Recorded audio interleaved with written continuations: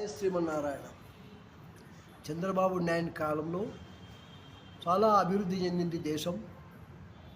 ఆయన కరువు కాటకాలను ఎదిరించి నిరుద్యోగులకు ఎంతోమంది కూడా ఉద్యోగ ప్రదానం చేశాడు మహానుభావుడు.